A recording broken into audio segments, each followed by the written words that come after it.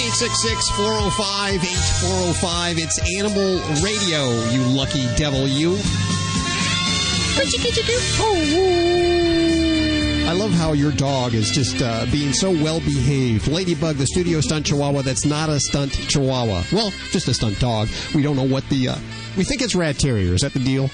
Yeah. You know why she's so good? She's only good when Vladdy's here. She's very intimidated by Vladae. You're using just a bad word. She just respects me more, and she does disrespect you, and she looks like the rat. But probably she has a rat. We're just going to have to start calling her the Wonder Mutt. Because you wonder what she is. There you go. 1-866-405-8405. It's Animal Radio. The whole gang is here. We have Vladae, the world-famous Russian dog wizard, who showed up on time. And early. Dr. Debbie, we have answering your medical questions. Britt Savage with her Animal Minute. Vinny Penn with his take on life, which I got to tell you is getting a little more bizarre. I think he needs to double his dose. I'm just saying. Hey. Also, Bobbie Hill with the news coming up. Animal communicator Joy Turner.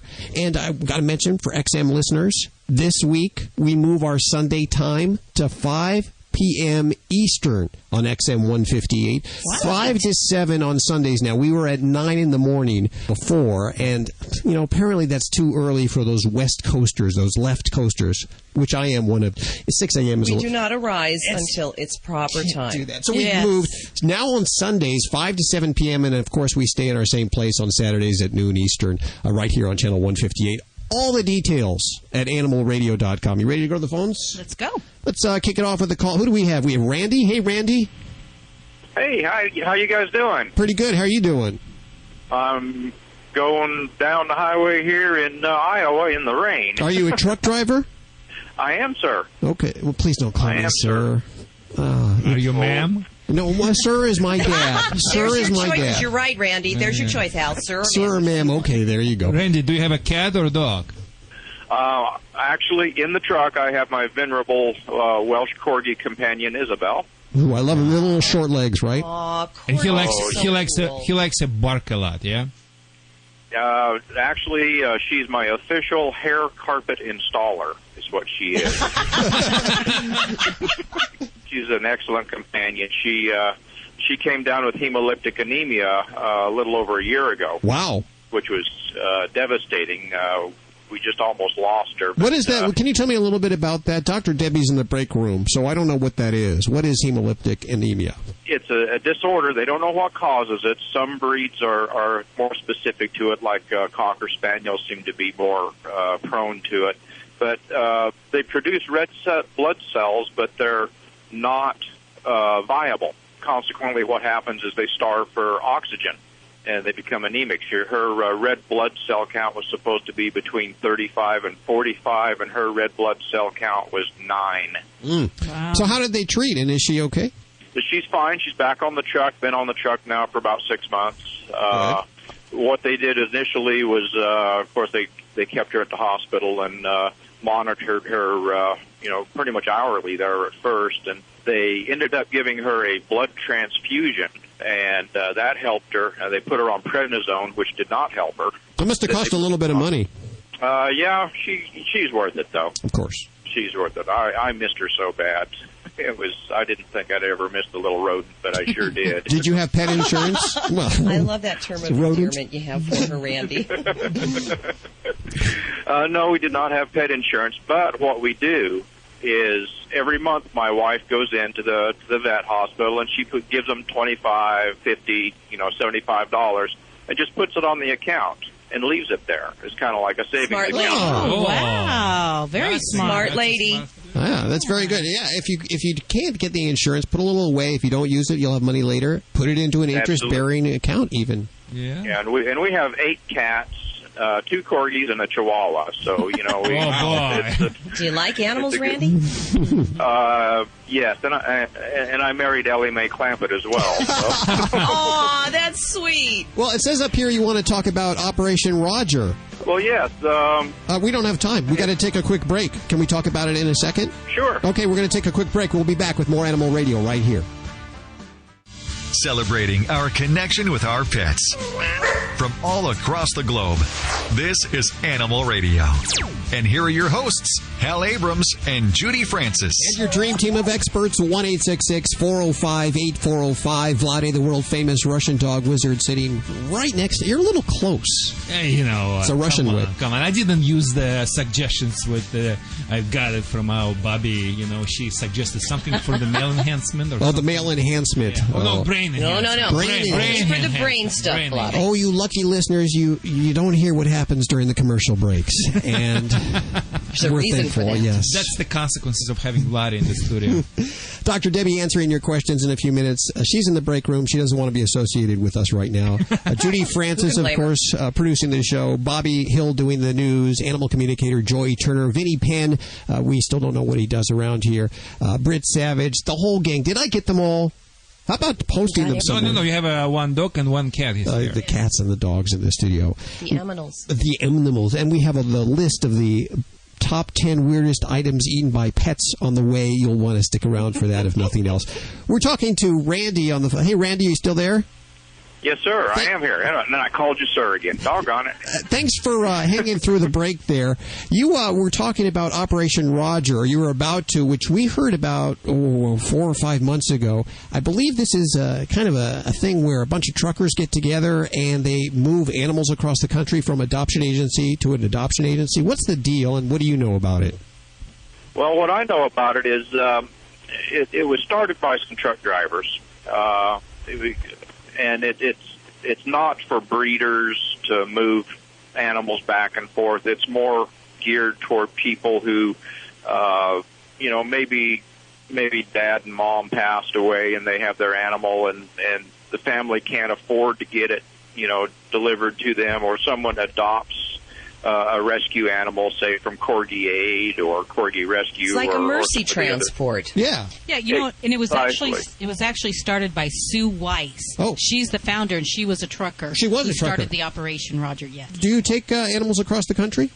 I haven't done anything yet. I haven't been in an area close enough to where I could pick someone up, but I check the website regularly. It's very easy to do. You just log on to operationroger.com, and they have a list of animals there, cats and dogs. I think they've even had birds on there. Wow. That need transportation, and they're very specific. So you go online and check to see if there's any animals that need to go where you're going. Is that what you're doing? Exactly. Okay. Exactly. So it makes it very easy for you to do that, and then you can contact them, and they arrange things and set it up. A lot of times, they do them in shuttles. Many times you can pick an animal up at point A, take it to point B, and someone else will take the animal, on further in. So, but all the animals are all required to have their shots and pretty much a carrier and stuff like that. Do you travel with any animals right now? I have Isabel with me. She's in the back there. I think she's sleeping. What would Isabel think of you transporting another dog across the country? Isabel is a very good dog. She's very good with other dogs, and she's very good with other people.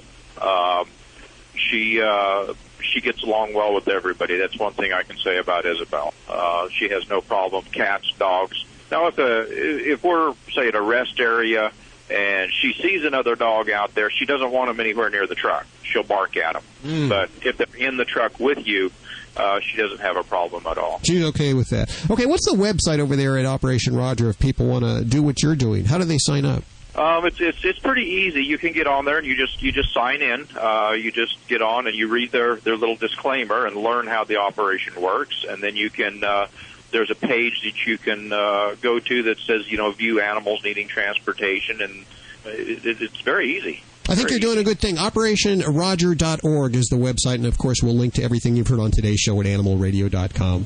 We got to run, but I appreciate your call there, Randy. Well, I hope more drivers get involved, because there's a lot of animals out there that need transportation that otherwise they're going to have to put them down, or they're going to have to put them into a shelter, which on an older dog, as you well know, virtually means that they're going to be put down. Yeah, that's why you're doing good work.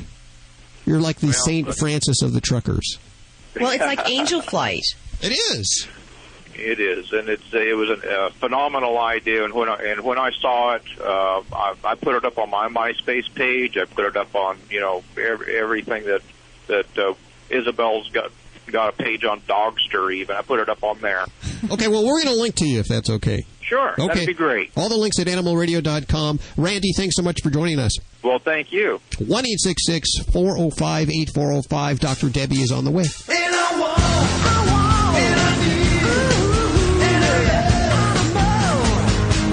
Hey, it's Vinny Penn coming at you with another party animal installment on Animal Radio. Well, we did it. I told you a ways back that my 5-year-old daughter, Stella, she's ready for a pet. We looked at a lot of different pets. I wanted to start her off with the fish. Oh, as a matter of fact, she actually had already, she's had a turtle and a frog, but they've since moved on, and it was time to get her another pet. I wanted to start her with a fish. I think that's the good starting point for any 4, 5, 6-year-old. We went to the pet store, and we picked out just the most beautiful pink fish. Stella picked her out herself, picked out a great one. We got the nice little aquarium, and she dressed it up and decorated it really nicely. We went down to the beach earlier that morning. She picked out a beautiful rock to put in the tank. We were all set up. She looks at the fish, and it's called a betta fish, if I'm pronouncing that correctly, B-E-T-T-A. So it was not essentially a goldfish. I don't know. This was kind of a new terrain for me, even though I had goldfish when I was a kid. I think they were goldfish. I had 2, Cheech and Chong. But this was called a betta fish. Nonetheless, Stella looks at her and says, I want to call her Magnolia. And it was really a moving moment. I looked at my daughter and I thought, that name is fantastic. We can call her Maggie for short. And she smiled. She thought that was a great idea. We got in the car with the little carrying case for the fish, and Stella stared at her the whole way home and was saying, I love you, Magnolia. I love you, Magnolia. We got home, transferred her into her new home, dressed it up, and Stella was looking at her, and she's like, she's so beautiful. Daddy, thank you so much for buying me Dandelion. And I said, Dandelion? What happened to Magnolia? And she said, no, I changed her name. I want to call her Dandelion. And I said, well, all right, if Dandy for sure. That kind of works. Go with that. Dandelion it is. Not too long afterwards, one of my aunts comes over. First thing Stella wants to do is take her to see the fish. She says, you got to come with me. You got to come and see my fish. She runs over to see the fish, and I hear my aunt, who's 91 years old, say, hey, that looks just like Nemo. Wah, wah. Magnolia, who had become Dandelion, had now become Nemo. So I have to sit Stella down and say, Stella, look, we can't keep changing the name. It would be like all of a sudden today if I just started calling you Sarah. To which Stella replies, I like that name, Sarah. I go to school with a Sarah. I want to name the fish Sarah. At this point, I'm a little bit out of my mind. I'm confused. I don't know which way is up. I don't know is it a girl? I always heard girls were fickle, but this was bringing it to new heights. Suffice it to say that this morning, as I'm leaving to come and cut these segments, I say to Stella, I'm going to go and talk about Sarah the fish today. And she said, what kind of fish is it anyway? I heard you telling someone that it wasn't really a goldfish. I said, well, Daddy's learning as he goes, same as you. I think it's called a betta fish or a betta fish. And Stella says, all right, Daddy, we'll go and tell everybody about Betty then. Vinny Penn, Party Animal, Animal Radio. Fido Friendly Magazine. Perhaps you can do without it, but for kibble's sake, think of your dog. At last, a voice for us traveling canines. Until now, few have taken mobile pooches seriously. After all, who appreciates warm shelter and a comfy bed more than a dog? Fido Friendly, the travel magazine for you and your dog. A quarterly guide to Fido-friendly accommodations in the United States and Canada. Because if Fido ain't happy, ain't nobody happy. Subscribe at FidoFriendly.com. Your dog will thank you. Woof. Listen to the news. 2 dogs rescued from a locked car. Emergencies can happen anywhere, anytime. They can even affect your pets. In other news, a local policeman saved a cat today. Being prepared and knowing what to do can be the difference between life or death for you and your pets. The same Red Cross you know and trust is the leader in pet first aid preparation and education. Look for dog or cat first aid guidebooks with DVDs online at redcrossstore.org or contact your local Red Cross chapter for more information. The Red Cross is helping protect our pets. This portion of Animal Radio is brought to you by NAPS, the National Association of Professional Pet Sitters. Let NAPS help you achieve your dream of a financially rewarding and fun job by providing you with the education and tools you need by visiting www.petsitters.org. Listen closely. Did you hear that? That's the sound of peace of mind. Peace of mind that comes in convenient, pre-measured packets of Safeguard Canine Dewormer. Just sprinkle the granules on your dog's food twice a year to protect him against the major types of canine intestinal worms. Monthly heartworm prevention programs alone are not enough. Find out how to get the upper hand on intestinal worm infections by visiting www.safeguardfordogs.com. This is Glenn Close on Animal Radio, and remember how very, very important it is to spay or neuter your pet. Celebrating our connection with our pets. From all across the globe, this is Animal Radio. And here are your hosts, Hal Abrams and Judy Francis. And your dream team of experts, Vladae, the world-famous Russian dog wizard, Dr. Debbie with your medical questions, Vinnie Penn, Britt Savage, Joy Turner, animal communicator extraordinaire. Bobbie, how are you doing? I'm doing good. How are you guys doing? You know, I'm here. We have a big show today. Big show. I know that you've got some big news. Well, remember the settlement that was supposed to come down from all the pets that were sickened and in some cases killed by the food contamination? Yeah. That settlement that was approved by a judge is now on hold. I'll have details coming up in the news. Wait a second. You're saying that we're not done with that and it's on hold? No. Okay. And the payments were supposed to start this year. Okay, details on the way. We hope you weren't affected by that. Also, Judy has a recipe for dog food. Yeah, she's put together a new, what do you call it? Judy's Quick and Nutritious Dog Chow. There you go. You actually cut a video. We'll talk about that a little bit. Let's see. Yeah, very cool. Yeah, it was a lot of fun. And British vets put together this top 10 list of the weirdest items eaten by pets. Oh, boy. No. You'll be amused by this. That's awesome because I got the top 10 names from the Scottish doctors. That's all on the way right here on Animal Radio. And we have BJ on the phone. Hey, BJ, how are you doing? I'm all right. How are you? Good. Where are you? Hello to everybody. Well, right now I'm passing through Newark. Newark, New Jersey. Well, I'm passing through. Yeah, we're from North Carolina. We're on the way to Massachusetts. I see how you disclaimed New Jersey quickly, and you pointed out that you're from North Carolina. Absolutely. Okay. You want to claim New Jersey. Jersey people. Yes. You must be a truck driver. No. Going to visit family. Just going to visit family. Okay. You're on with Dr. With the 3 chihuahuas in the car. You have 3 chihuahuas. Now, are you sure they're chihuahuas? Oh, yeah. If we just spent a little more money, we'd have got a whole dog. What's going on with your chihuahuas? Well, it's really not about the chihuahuas necessarily. They've got one of them's the oldest male. He's 11, and the other 2 are twins. Well, not twins. They're from the same litter. Girls that are about between 8 and 9. And the male, he kind of itches at himself a lot. But all of them seem to like to shed a lot. Which is, with short hairs, we know that. But he's itching at himself, and he loves to lick at his paws and nibble at his feet. And I just saw that advertised or heard that advertised for Dinovite, and I don't mean that, maybe I shouldn't say the whole word of it, but and I was thinking about supplements in general, and I am trying the Dinovite right now for the first week. We got a small deal of it, and I'm just wondering if it really works, or is it mostly hype? You just want to know the lowdown on it, right? Right. I want to know about Dinovite. Well, I'll tell you, BJ. Better. Well, I'm going to kind of talk in broad strokes here because I personally don't give that kind of supplement to my dog. I believe in sound nutrition, and I believe in addressing problems if they come up. But I'm not a wealthy person, and if I would have invented these type of products, I think I'd probably be in a very different position right now. But I really don't think that there's a cure-all. What's that? God made eBay. You got it on eBay, did you say? eBay, you can get it sometimes. You bought Dinovite on eBay? I sure did.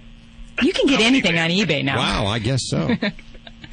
But I guess my basic feeling is that I just have a problem in some of the broad claims. I think that sound nutrition is the core of where we need to be. For pets with skin problems, I do like to supplement fatty acids because you can't get enough of that in a regular dog food. They just can't stuff it in the bag, or it would kind of open up and be rotten when you open the bag. But I personally, I can't say that I've had anybody come back to me saying, Doc, the stuff is a life changer. So I'm for trying it. I think it's, for some people it may make some differences, but I honestly, I can't jump on that claim and ride that wagon. Yeah, I'm looking for it to, I'm not looking for it to make miracles.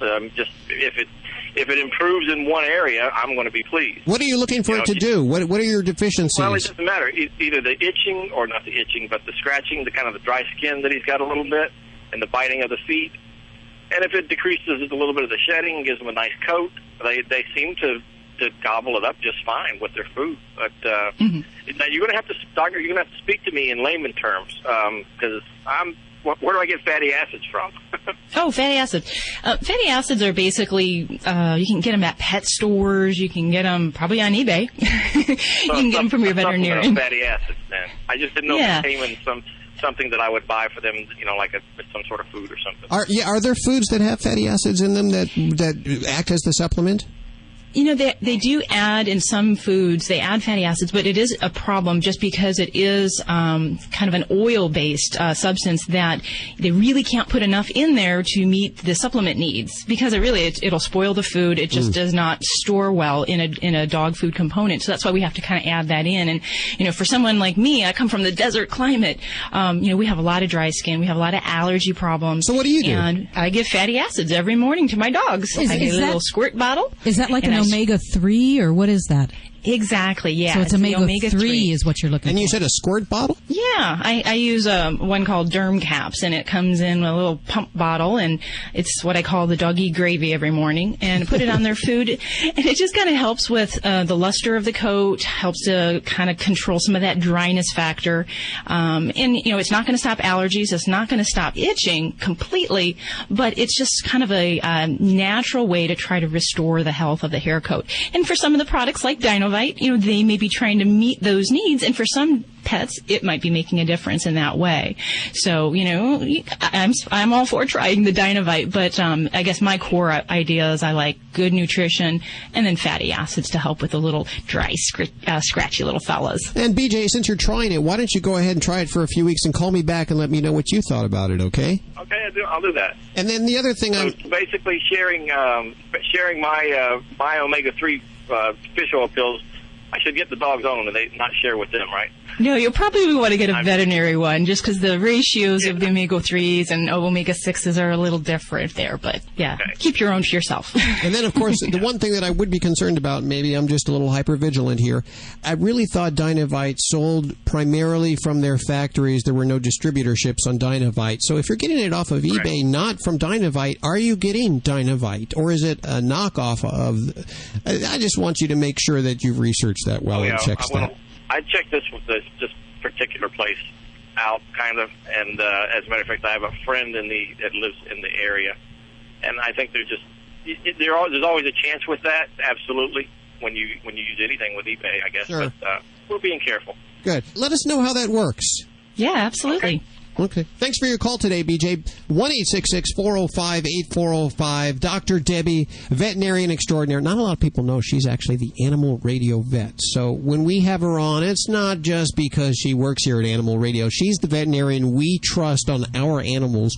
And we encourage you to, if at least, get a second opinion on what's going on with your animal's life. 1-866-405-8405. Even if your animal is healthy, we still want to hear from you. It's all about our celebration and our connection with our pets. You're listening to Animal Radio. You can learn more at animalradio.com. Log on.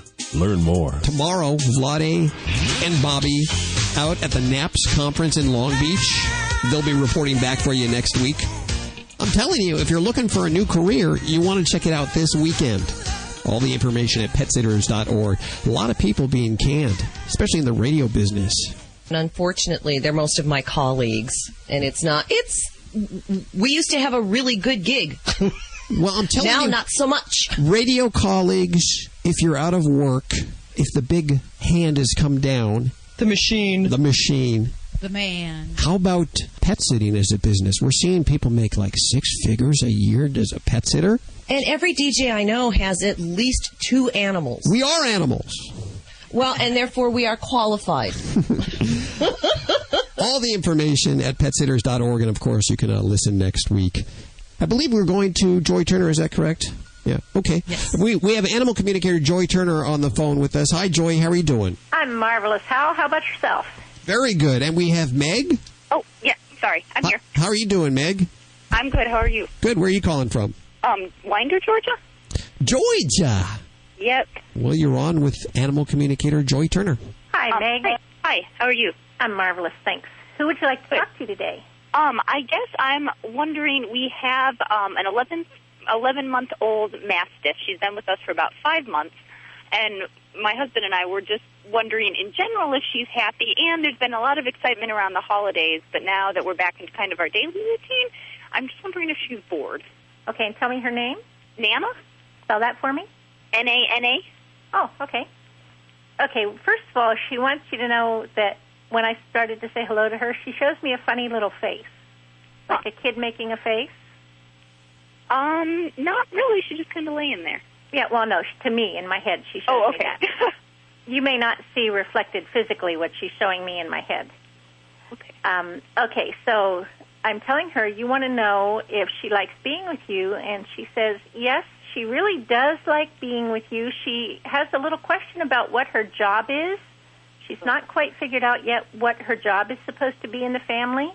So you may want to think about what kind of a thing you would like to assign her to do. It could just be like morale booster or something like that if you don't want to do guard or something. Okay. She needs a job. She likes to have some idea of what she's supposed to do. And she says she really did like the excitement of all the different things that were going on. Uh-huh. She wants to know what the normal is going to be like in the house. Okay. So is the normal like it is now, or is it like it... The normal's like it is now, yeah. Okay. She had lots of people in town visiting, and we went and visited people and took her with and stuff. Yeah, and she has a couple of questions about that. Is she always going to go? Oh, okay. So she'd like to always go when you go places. Okay. We usually do take her, except... Okay. And the other thing is she says if it's like it is now when it's much quieter, she kind of enjoys the downtime after a really big not downtime. Okay. But she's going to definitely want to have a job to do. She feels like she needs to be motivated by having a purpose in her life. And so she's not bored, but we can do more to make her feel like she has a spot. Yes. Meg, we appreciate your call today. Thank you so much. 1-866-405-8405. If you want to learn more about Joy, head on over to joyturner.com and learn about, I think, probably the best animal communicator out there. Would you agree, Joy? Well, I want to say thank you. I'm very flattered and appreciate it tremendously. And I don't know, people tell me they like me, so that's as much as I know. Joy, this is Vladae. How are you? Hey, Vladae, how are you? Yeah, good. Sometimes when I'm hearing you, I'm just thinking probably you used to work for KGB. Oh. Because you kind of see the things through the walls. Uh-huh. Hi, this is Joy Behar on Animal Radio. Please spay and neuter your pets.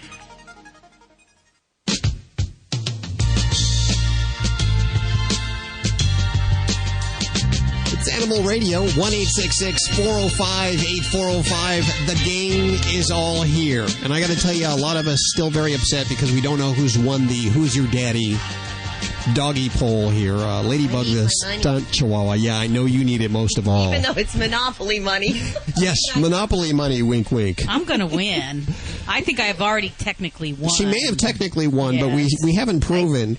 I think Judy's got it on a technicality here. Yeah. If you're just tuning in or you missed a week, Ladybug, the studio stunt chihuahua, is no chihuahua. She has no chihuahua in her whatsoever. They say there's a little Dachshund, as well as what else? Papillon. Way back. Maybe great grandparents. And they're speculating. Well, because Yes? They couldn't find even a shred of a purebred anywhere in her. No, they couldn't. And they speculate that she is perhaps a rat terrier. Rat terrier, but unfortunately, the lab that I went to doesn't have that doggy DNA available yet. They're hoping to get it done in the next couple months to have that in their lab, at which time they will retest her, and I'm positive it's going to show up rat terrier. Now, you'll notice Dr. Debbie in the break room, she's flailing and waving her arms because she thinks you should do the blood test. Yes, there's several reasons why I don't. I just hate to subject my dog to drawing blood. I know it's not real painful, but if I can do it with a cheek swab, I'd like to hold out. So what are you going to do? Do another cheek swab? I'm going to do another cheek swab. Is that okay with you, Bobbie? I have to agree with Judy because I don't want to have to put my animals through any type of trauma if it's not necessary. Yeah, exactly. It's a little pinprick, isn't it? Yeah, but you have to take her to the vet. That's a traumatic thing there. She's got to go there to get spayed. Well, we'll see. Well, this is a big deal, I'm thinking. Yes? Your Bobbie wants just to please her. I mean, don't worry about Judy. If she lose, I'm gonna just give her some bottle of vodka. A little bottle of vodka. Yeah. That'll make me happy. Got a plan. She'll be happy. Yeah. She'll be happy. I'm easy. She's easygoing. Yeah. Word easy has double meaning. So be careful what you're talking about. This is an Animal Radio News Update brought to you by Simple Solution. I'm Bobbie Hill for Animal Radio. A settlement approved by a judge last October giving more than $24 million in compensation to pet owners whose animals were sickened or killed from eating contaminated pet food is on hold. Some 23,000 pet owners in the U.S. alone were scheduled to begin receiving checks this year, but due to 2 last-minute appeals, that's not happening. One Chicago attorney who worked out the settlement with Menu Foods said if the appeals succeed, the class action settlement will unravel. 2 pet owners in California have appealed, claiming the settlement doesn't address the, quote, made in USA labels on food containing products from China. The second appeal, filed in Texas by an attorney claiming the settlements were rushed. And in these uncertain economic times, job loss is a real threat to America's workforce. Experts in animal behavior caution pet owners to keep their pets happy despite their own worries about the recession. Dr. Katarina Riley of the Veterinary Center of Greater Newburyport in Salisbury, Massachusetts, doesn't believe cats or dogs can literally interpret their owner's sad face or gloominess, but she admits animals get anxious if their routine changes. The easiest way to keep things happy for your pet is to continue regular activity, like walks, playing, or even just sharing the couch. And the new year has brought a new title for Alfie the Newfoundland of County Durham, England. The 3-year-old black Newf has been named Dog of the Year by the Royal Society for the Prevention of Cruelty to Animals. Alfie's life started out hard. The great pup was neglected by his former owners, who kept him locked in a pen. Julia Marsh Pitt rescued Alfie, but she credits the big dog for helping her with daily health that she battles in debilitating a condition. Julia said, quote, having Alfie here helps me. Every day he makes me laugh, and I think he knows he's special, end quote. Alfie gets a pet portrait, pet insurance, and an engraved glass trophy to go along with his title, but he has to go pick up the swag at the district fellage cattery, and there's just one problem. Alfie the Newfoundland is afraid of cats. Oh, no. So it could be a very fur-flying festival. I'm Bobbie Hill for Animal Radio. Get more breaking animal news at animalradio.com. This has been an Animal Radio News Update brought to you by Simple Solution with a tip for pet messes. For liquid spills or urine stains, blot up the excess by starting on the outside of the stain, then move toward the center of the affected area. This will prevent the stain from spreading. It's Animal Radio, 1-866-405-8405. Vladae, the world-famous Russian dog wizard, answering your dog behavior questions. And, of course, Dr. Debbie answering your cat and medical questions. And really, she's only licensed for the animals, but let me tell you, she's wise beyond her years, and she can really help you with anything. But let's keep it to animals right now, okay? We also want to hear from you today about your weird nicknames or names for your animals, as this new list has come out from PetFinder.com of the most popular names and the most unusual names. We've heard a few unusual names. And, of course, I like the one down there at your office. One of your clients named their dog My Wife. My wife, yeah. That's one of my favorites out there. Oh, that's so funny. If you have a strange name, we definitely want to hear from you here at Animal Radio. We have goodies for you. Also, Donna, let's go to Donna right now if we can. Hi, Donna. Hi. How are you doing today? I'm doing good. How about yourself? Good. Where are you calling from? I'm in Flagstaff, Arizona right now, but I'm out of Canada. What's going on with you today? I have a Boston Terrier, and he's like 7 years old. I got him from a breeder. She was just done using him as a stud kind of thing. And for me to cross the border and everything with him, I had to give him his needles. His needles? What do you mean? Well, his vaccinations. Oh, okay, his shots, okay. Yeah, and after I've done that, he started urinating really, really strong. When he pees, he pees really, really far, and he was splashing all over the bottom of his belly. And so every time I picked him up to put him back in the transport, my hands were all full of pee all the time. So I don't know what happened or. And this is just something that came on more recently? Yeah, ever since I gave him the needle. Okay. And how long ago was that? It's been probably about 3 months now, I guess. Okay. And does he always go to the bathroom a lot and have a lot of volume to the urine so that it just kind of comes out that way and splashing? Yeah, it doesn't splash. He could pee up to 6 feet away. I think that's a talent. He's got a lot of power, that little guy. You can make some money there. I guess so, maybe. I guess my question is he a straight shooter? So does it go straight, or is he spilling it on himself? Is he He's missing and dripping? On himself, yeah. He is, okay. And that has never happened before. That's just more... Yeah, you're just associating more recently, yeah. Okay. I took him into the vet, and they got him, they checked him and everything, checked his prostate and all that stuff, and he happened to yelp when her finger was up there, kind of thing, right? And, I would imagine. Ever since then, he's been peeing all over the house. He doesn't pee in the transport, but when you take him outside, every 2 hours, he's... he pees on everything and everywhere, and in my house, 15, 20 places, when the cleaner comes in and cleans my house up, right? Oh, that's not good. So, no, is he neutered? No. He's not neutered. No. All right. Well, you don't use them for studying.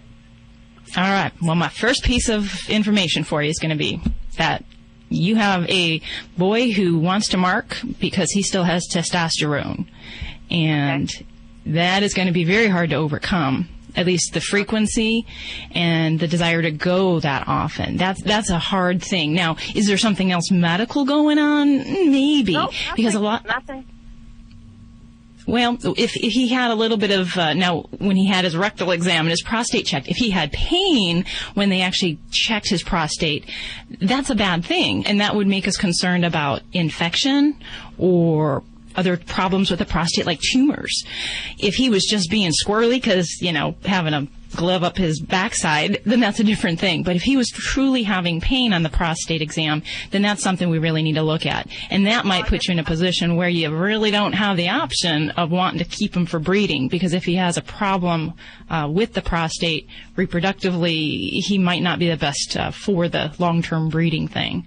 But I would also want to say, gosh, I'd probably want to make sure we check a urine sample on him and just check for things like infection, any kind of blood in the urine. They did do that, and that all came up clean as a whistle? Yep, clean as a whistle. Really healthy. His coat was beautiful, and I don't know, it's just ever since I gave him the needles, they had the 7-in-1 there in the rabies shot. Yeah. And if everything else is going good, I don't know if I can directly make a link to a recent vaccination. There are certainly some problems that, if we're kind of under the surface and you did those vaccines, maybe that's coming to the surface now. But I would be expecting we'd see something else, some markers, either some changes on blood work or on a urine test. But I wouldn't discount that possibility of something brewing in, his prostate or his reproductive tract. So, I would say, maybe re-examine, his purpose, whether he's, meant for breeding or if he's meant to be a pet.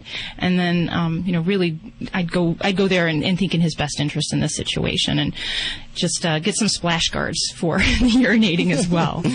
This is Dr. Debbie. Thank you for the call, Donna, and give us a call if you have a medical question, a behavior question. You don't know where to turn with your little critter. Give me a call, 1-866-405-8405. You're listening to Animal Radio. You can learn more at animalradio.com. Log on. Learn more. A recent study by the National Academy of Science says 1 in 4 pets in this country is overweight or obese. Obesity is the most common nutritional disease seen in American pets. Much like overweight people, overweight animals are at higher risk for developing a variety of health problems, including cardiovascular disease, arthritis, and diabetes, which is especially prevalent in cats. While there are a lot of diet pet food products on the market, it's not the composition of the pet food that leads to the weight gain, it is the quantity of the food we feed. Neutered pets have a reduced metabolic rate and should therefore be fed less. And many older dogs have a slower metabolism. Regular exercise will of course help, and the lack of it may actually cause behavior problems. Reducing your pet's weight will add years to its life, and the exercise will help you too. I'm Dr. Jim Humphreys reporting for Animal Radio. This portion of Animal Radio is brought to you by Safeguard Canine Dewormer. Did you know that your dog could have intestinal worms even if he's on a heartworm prevention program? For more complete protection, deworm your dog twice a year with broad-spectrum Safeguard Canine Dewormer. To find out more, visit www.safeguardfordogs.com. Every once in a while, there comes along a special group of animal lovers that stands strongly in defense of the voiceless. Animal People is that newspaper for people who really care about the animals. Animal People is published 10 times yearly. The publisher is a non-profit corporation dedicated to exposing the existence of cruelty to animals and to informing and educating you so that animal lovers worldwide can eliminate such cruelty. Your subscription is $24 a year and is 100% tax deductible. Get Animal People's fair and accurate investigative reporting from the industry watchdog. Visit our website at www.animalpeoplenews.org. That's www.animalpeoplenews.org to subscribe to the news for people who care about animals. Animal People. Subscribe today at www.animalpeoplenews.org. Every year, there are millions of pets in animal shelters across the country just waiting for a loving home. I'm Mike Farrell with a very simple message. If you're thinking of getting a pet, please adopt. To easily locate your closest place to adopt, call Pets 911 toll-free at 1-888-PETS-911. It's easy, it's free, and it gives a pet a second chance at life. Together, we can ensure a better future for our pets. For adoptable pet listings in your community, go to pets911.com. Pets 911, proud to be partnered with Animal Radio. This portion of Animal Radio is brought to you by AFS, real food for real pets. Visit AFS online at animalfood.com. Hey, this is Cesar Milan. When I'm not doing the dog whisper, I'm listening to Animal Radio. Stay balanced. Celebrating our connection with our pets from all across the globe. This is Animal Radio.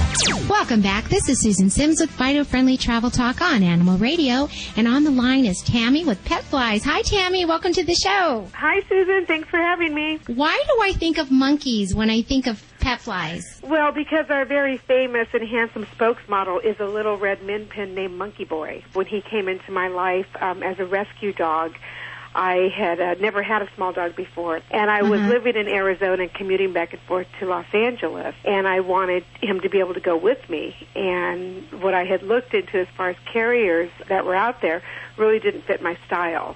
So that's how I kind of started with the whole pet flies concept. You know, you've got some really distinctive and really beautiful carriers. When I started Pet Flies, we had 2 designs in one size. Now we have about 12 different Pet Flies carrier designs in 3 sizes, in addition to just all kinds of other things. We have snuggle bugs. We have puppy slings. These pet carriers, let's just say they are airline approved. Is that correct? They are airline approved. In order to be airline approved, you have to have cross ventilation. The carrier has to be water resistant, and you have to be able to fully contain your pet in the carrier. So while there's a lot of purses out there, they really wouldn't be considered airline approved because your little friend can poke his head out anytime. When you get on a plane, they really want you to have your pet confined. Yes, I know. I have a lab, so I haven't had the pleasure of flying in cabin, but that day will come. That day will come. And now you have more things on your website, so we don't have time to talk about all of them, but one of the things is your rescue campaign. I've always had just a love for all animals, and it seems especially the ones that are down on their luck and that really need help. I had worked in the garment industry for 20 years before I started my company, and the garment industry around Los Angeles, there's just an overwhelming amount of pets on the streets. And when I started my business, I was not driving around as much as I used to and was not readily available to help some of these guys that I would see. So in order to continue doing that, we developed the Viva la Revolution campaign. Oh, there's my dogs in the background now. Hi. Those are your helpers. That is supposed to help inspire people to spay and neuter their pets, and in addition to that, also encourage them to rescue rather than adopt. And we have different products on our site, and the proceeds from that go to different organizations that help abandoned animals and homeless animals. I think many people would aspire to do the same. And I understand you have a product giveaway for our lucky listeners. I do. We have our Urban Safari Pickup Pals, which are little doggy waste bag holders. They're called Urban Safari because there's a giraffe, a zebra, and a leopard. And they all come with 10 rolls of degradable, scented doggy waste bags. And they can attach to your leash or your belt or your purse. They are so cute. I mean, these look like little stuffed animals, and it looks like they Velcro to like your belt or to your purse. Is that right? Even your wrist. If you have a small enough wrist, it'll go around your wrist, just so that you always have one with you, and they don't look like they hold doggy waste bags. They just look like a cute little stuffed animal on your purse.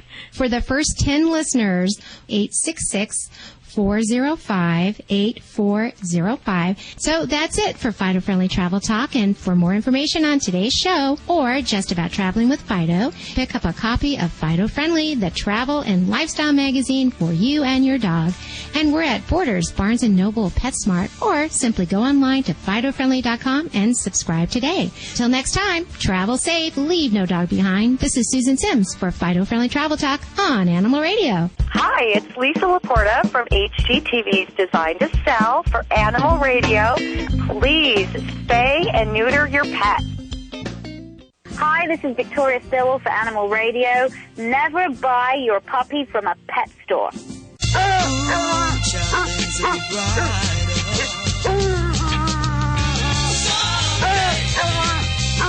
It's Animal Radio. You lucky dog, you. 1-866-405-8405 with your dream team of experts. Dr. Debbie answering your medical questions. Vladae, the world-famous Russian dog wizard. Bobbie coming up in just a few minutes. He has some pretty key news stories to want to know about, especially if you were involved with that pet food recall, if your animal was sickened a couple years back. New developments in that whole saga on the way. I believe we have... Which line are we going to? Oh, there you go. Rod. Rod is on this line. Hey, Rod, how are you doing?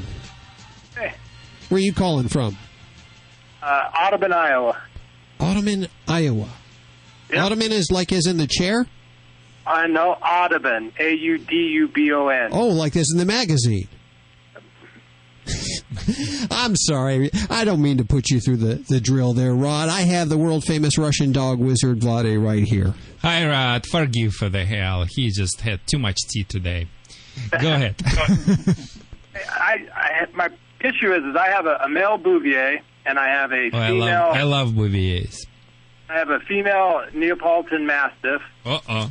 Okay. I have a male English Bulldog. Oh, boy. And I cannot put the English Bulldog out in the yard with the other two because they'll corner him and just gang up on him. Okay, because he's the weakest, yes? Well, I don't know. He's pretty stout, but it's just, I mean, if it was one-on-one, they usually, if I let them in the house one-on-one, they don't really have any issues. But when the two of them are together, then they both gang up on him. Okay. And And is it happening is it happening when you're around or when you're not around? Either way. I tried doing, going out in the yard, having them all on a leash, trying to associate them with each other, trying to get them, to get along. And as soon as I turn my back, I'm still right there. As soon as I turn my back, they start fighting. How are you dealing right now? Do you separate them all the time? Yeah, now I have to. Otherwise, they'll kill him if I don't. So you basically had already that accident, so they were fighting to the blood, and you took them to the vet, or you just suspect that could happen? No, they had him pinned, and he was pretty marked up, and I did take him to the vet, but it wasn't life-threatening, but if it wouldn't have been stopped, it probably would have. Okay. Did you have any obedience training on any of them? Did you put them through the obedience school? No obedience school, but I'm fairly good at teaching them sit, stay, heel, those kind of things. I've dealt with mastiffs a lot. Okay, and can you train one dog in the presence of the rest of the two? Can you just basically let two run around and working with one of them, or you will think it's going to be a fight? No, because they all fight for the attention. When they're all three in the yard, they all fight for attention. As far as trying to get pet or trying to get play time and what have you. And I'm strongly believe if you will try to work with one of the dog, it's going to be fight anyway, because those two will think they gotta get your attention. So here is what the solution. What I would do. You believe it or not, I would get 3 big crates, and I would put those 3 crates side by side. Especially I'm gonna put 2 side by side the dogs who are fighting. So I'm gonna maybe just choose one corner of your house or somewhere in one room, and I'm going to set up the boot camp there. So in other words, what you're going to do, you're going to work with one dog in the presence of another 2. Those 2 cannot get in, they cannot interrupt, they cannot do anything. They need to just watch and tolerate your attention. So I'm going to get the pinch collar and the leather leash, and I'm going to work on very serious obedience training, especially focusing on the sit stay and down stay in the presence of the rest of the 2. And after that, I'm going to alternate the dogs, working with one, working with another, working with the third. Now, and when I am not, so in other words, the dogs who are fighting, there needs to be one in the crate and another one is out of the crate all the time. So 2 dogs just playing all the time. The third dog is in the crate. Do you follow me so far? Okay, so you're saying when I'm training one, 2 of them need to be in the crate? Yes. And when you don't train them, it's still one dog, one of the 2 who is fighting, is always in the crate. Okay, so out of the 2, the Bouvier and the Mastiff are the ones that attack the Bulldog. Otherwise, he does not have aggressive attentions toward them unless they attack him. It's okay, but I want to make sure one of the dog, periodically, one of the dog who is fighting is in the crate where the rest of the another dog is not, along with another dog. Okay, so one of them is always in the crate, another is free. So you're basically teaching them to be around with no fights. And in the same time, you're working on one dog at a time to establishing yourself. According to canine law, presence of strong and confident leader in the pack suppress any aggressiveness under every member of the pack. Rod, if those 3 dogs would feel you are 100% leader, they would not fight in your presence. Why? Because this is against their law. But you probably consider by them as the leader in 95% of the time, not the 100% of the time. So that is why. It means to get the pinch collar and leash and start to work with one dog at a time. And when you get to the point that you see they're responding just like that, what I want you to do, I want you to get comfort muzzle. Comfort muzzle. Very soft muzzle. I'm going to put the muzzle on the dog many times before I got to really start to walk the dog in that muzzle. I put the muzzle on, give the treats, take it off, put the muzzle, get the treats so the dog would used to the muzzle. And after that, I will start to work with those 2 dogs who are fighting side by side together. Now you're going to make them worry about you more than worry about each other. Especially going to put them in the sit state together. And that's what I am going to do. And you will see, if you do at least 50-60% what I just told you to do, you will see decreasing in this problem in 100%. Okay, my friend? Try this and shoot me an email how about the progress, and I'm going to give you more tips. My website is socaldogtraining.com. socaldogtraining.com. Okay. Thank you, Rod, and thank you for listening to Animal Radio. This is the Vladae from Animal Radio. Please give us a call, email us. I am on call.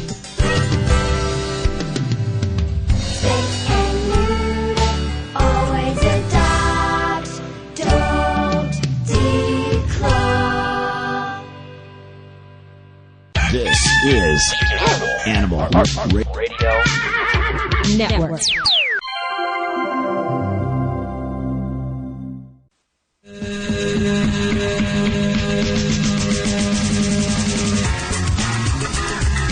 It's Animal Radio, celebrating our connection with our pets, as we do every weekend. Thanks for joining us. 1-866-405-8405 if you have a question about your pet's health, pet's behavior, or you just want to say hello. Also still taking those weird pet names. You're still hearing a lot of weird pet names.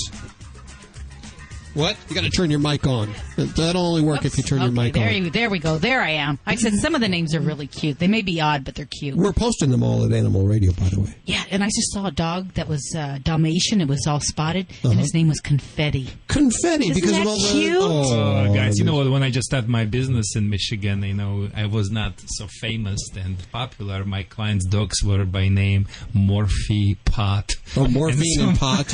Obviously a drug addict. Aww. And we have, let's see, is it Bobbie we have on the phone with us? Yes, it is. Hey, Bobbie, how are you doing? Pretty good. Where are you? We are in Knoxville, Tennessee. Are you a driver? Yes, we are. Okay. My husband and I both. Do you travel with your pets? We do. They go everywhere we do. Good. You know, I have the world-famous Russian dog wizard Vladae right here to answer your questions. Great. Hi, Bobbie. Hi, I need some major help. Okay, go ahead. Shoot it. Okay, I have an 18-month-old Great Dane. He's 120 pounds. He is a great dog, except when we get him out to play. We get him out probably about 4 or 5 times a day, an hour at a time, to play, and he runs straight at us and runs right into us. And 180 pounds or 120 pounds coming at me at about 80 mile an hour kind of hurts a little bit, so I don't know how to break him from this. Let me tell you something. You can call to hundreds people and ask hundreds time about your problem, and you will never find any solution for that. But let me tell you 5-second solution which can stop it, and your dog probably will never do it again. You mean there's 100 people she could call that won't have the solution, but you have the solution, is what you're saying? You're right. Okay, just want to make sure. I hope so. She understood me. She's from east part of this country. I just wanted to make sure I understood you. Okay. So all what you need to do, you need to get a very inexpensive device by name Pet Convincer. What it is the spray of the air, creates suddenness and effective. It's just amazingly effective device. Comes with the spray of the air and accompanied by the sound. Very inexpensive. Basically, it's a very small, very humane and safe device. Basically, all what it is just the air. You just having with you every time when you come home or whatever you let the dog go, and at any time he just even think about jumping on you. You just pull this Pet Convincer, aim, push the button, and your dog will forget how to jump at you from the time on. How about that? What, does it spray air at him? Or? Just air. You don't spray it at him, do you? Just for his directions, but you can spray. You can spray in your head if you want to. It's nothing. It's just let me tell you one of the biggest secrets. Back in Russia, long ago, trainers used a little tube with the hole throughout, because the dogs hate when you blow anything in their mouth, like air. And that's what we did manually. So the company who designed this product, they just use CO2 cartridge. So you push the button, the CO2 and it just scared me. It just startled him. Can you use that on your husband or wife? You can do it on the cats and the birds and snakes and whatever. No, I'm serious. These things, I mean, you think this is just so simple. It's just one convincing air blessed and bad behaviors in the past. Okay, great. Thanks so much. I'll try anything at this. Nothing to try, just do it. There is gonna be. Shoot me email if it's not gonna work, because I guarantee you it's gonna work. I hope so, because he's giving me black eyes and everything else. No, it's gonna work first time, and your dog will never jump at you again. Pet convincer. Ooh. Okay, great. Thank you so much for your help. Thank you for your call. We'll link to it at animalradio.com. Of course, there's more Animal Radio on the way. You're listening to Animal Radio. You can learn more at animalradio.com. Log on. Learn more. I said enough! Hey gang, this is the Money Man, Eddie Money. Make sure you spay to your pets and keep the dial right here to Animal Radio. It's the greatest station in the world.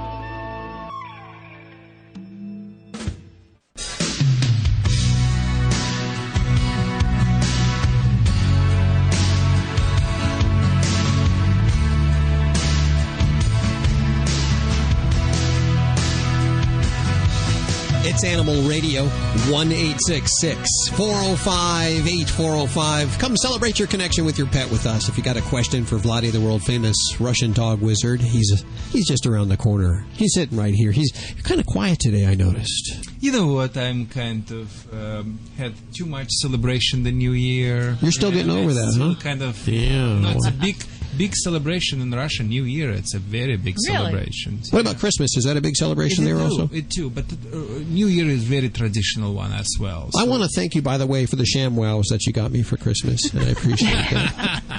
Hey, these guys, they're very absorbent. I'll tell you right now, and I probably wouldn't have gone out and gotten them for myself. It's always the kind of gifts that you want for yourself that you should give to others. By the way, I want to mention we're making a move on Sundays. We're moving to a more tolerable hour on XM satellite radio. Our Saturdays, we're still there at noon Eastern. On Sundays, we move 5 to 7 p.m. Eastern so that you left coasters can call. We get a lot of calls from the East Coast. Yes. Time to represent the West Side. And because we are West Coasters, that's all the more important. Right. Coming up, Bobbie has a story about the settlement for the pet food crisis of a couple of years back, Menu Foods, and that whole debacle. They were ordered to pay $24 million in compensation to pet owners whose animals were sickened or killed by the contaminated pet food. Apparently, that's been held up. They're appealing, and no one's getting any money. Details on the way in our newscast. I believe we have Amy on the phone. Hi, Amy. Yes. How are you doing? Where are you? I'm an East Coaster. You're an East Coaster. That's okay. We take East Coast, too. Well, tell us, what's on your mind, Amy? Well, I have a cat. She's 13 years old, and she's been recently diagnosed as a diabetic. But in early October, she started using her litter box inappropriately. Okay. She would use it properly for, we're on the radio, so I guess I'll say number one. But number two wasn't making it in the box. So in September, she had a physical, and everything was fine. All her blood work was fine. But I talked to my vet, and we tried new boxes, new litters, new locations, and eventually I took her to the vet, and she was diagnosed as a diabetic. And okay. Yeah, at that same time. That was when all this was happening.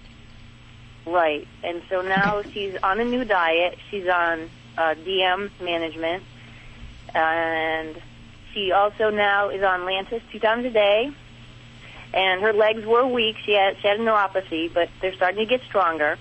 And in the meantime, we've moved the box. It was upstairs, but we brought it downstairs because we wanted to encourage her to use it.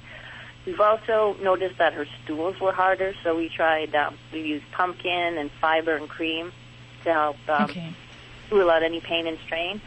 But where my puzzle comes in is she traveled at Christmas, and I took her backup box with me, and she used the box appropriately.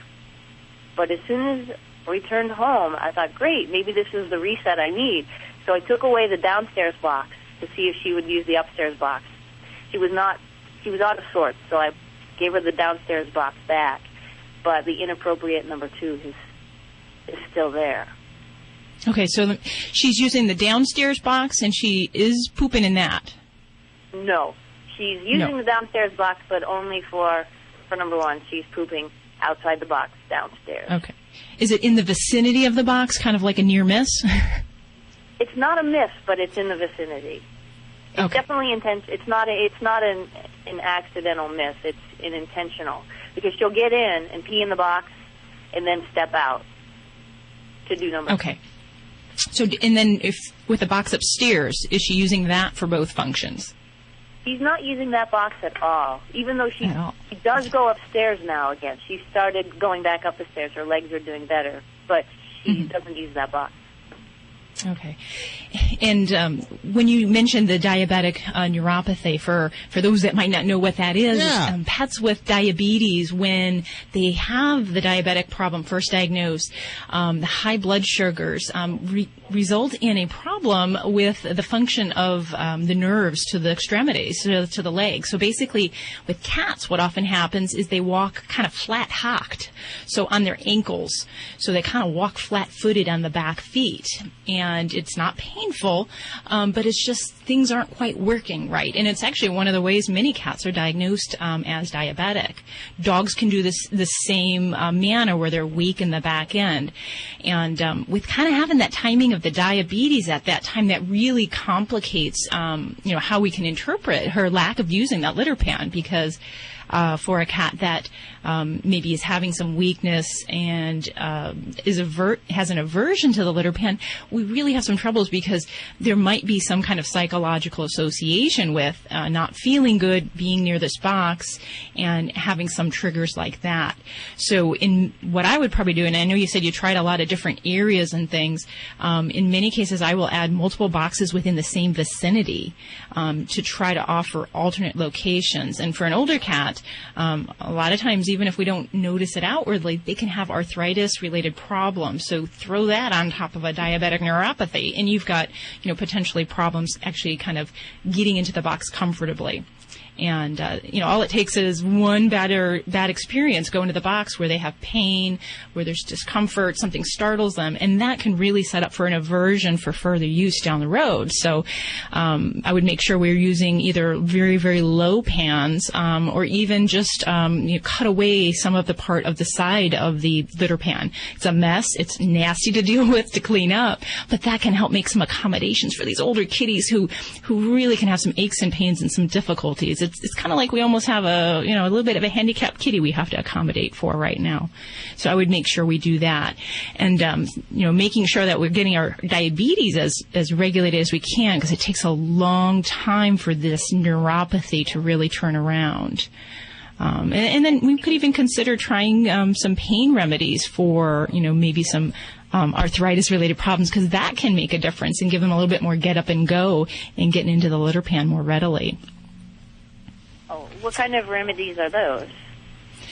For some cats, we'll try glucosamine. Cats are kind of tough when it comes to pain remedies, because there's a lot we can't use too easily. They're very sensitive for some of the doggy pain relievers. So I usually start with a glucosamine supplement for kitties, and then beyond that, there are some pain medications. They're more of an opiate pain medicine. Because she's diabetic, there's some other medicines that are kind of on the back shelf that we can't even really pull out for use for her.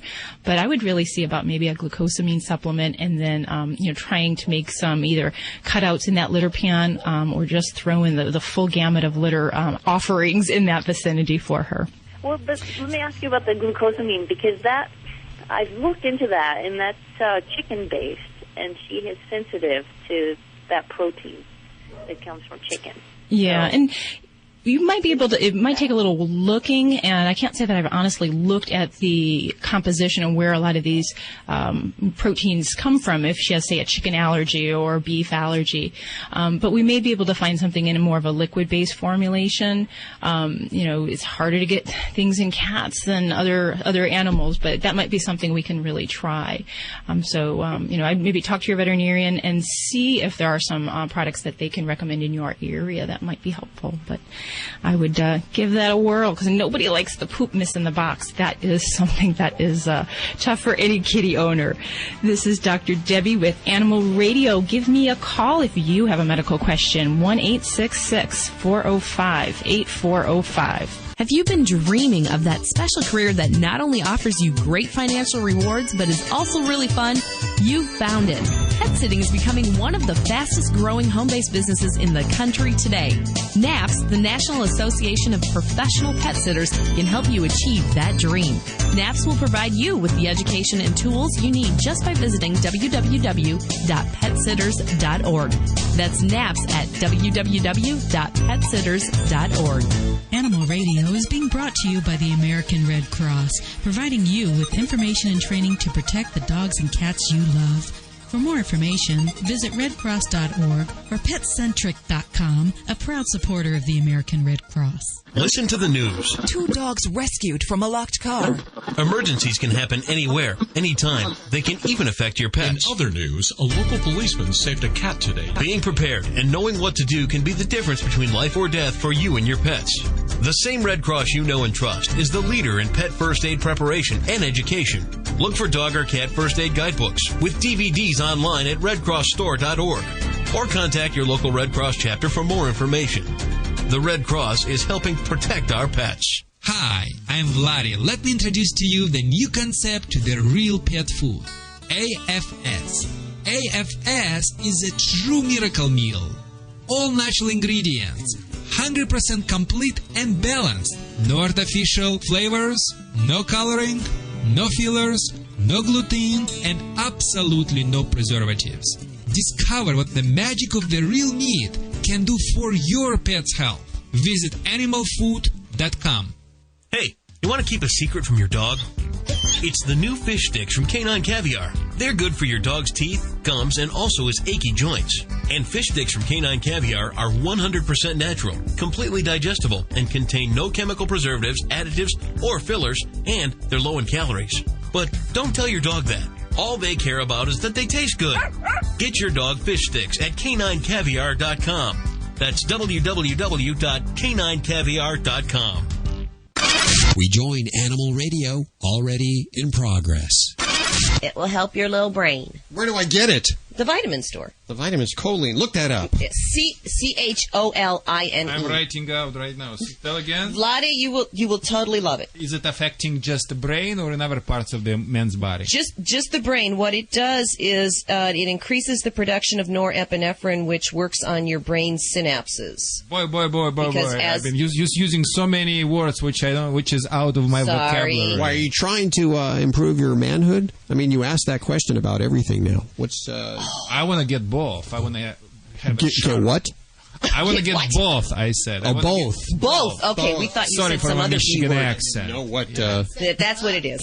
I need to get the speech coacher maybe one day. Would you prefer to be my personal? Yes, I'll teach you. I'm not asking you. Are you asking Bobbie? Yes, I'm asking Bobbie. Would you like to be a personal translator, I believe? Yes. Not translator. There you go. Speech coach. Speech coach.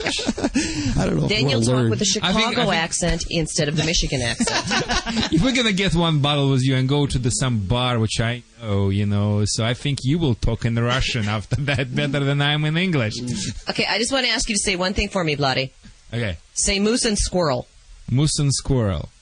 I don't know. See, four is bad enough right there. I don't know what you guys... Do you know what I'm talking about? I don't know what the guys you got me in. I mean, what are you talking about? Rocky and Bullwinkle cartoons from the 60s.